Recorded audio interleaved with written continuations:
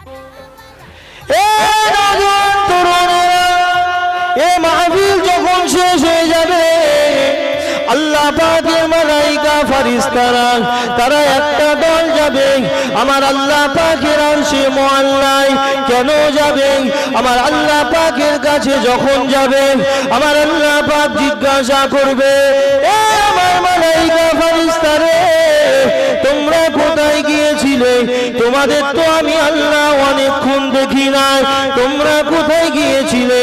আল্লাহ পাকের মালাইকা ফেরেশতারা বলতে থাকবে, ও রব্বুল আলামিন আল্লাহ, আমরা অন্য কোথাও যাইনি, আমরা অমুক গ্রামে, ওই গাঙ্গুলার গ্রামে আপনার কিছু সংখ্যক বান্দা বান্দি আপনার নামে তাজিম করছিল, আপনার নামে প্রশংসা করছিল, আপনার নামে তাজিম করছিল, আমরা ওখানে হাজির ছিলাম।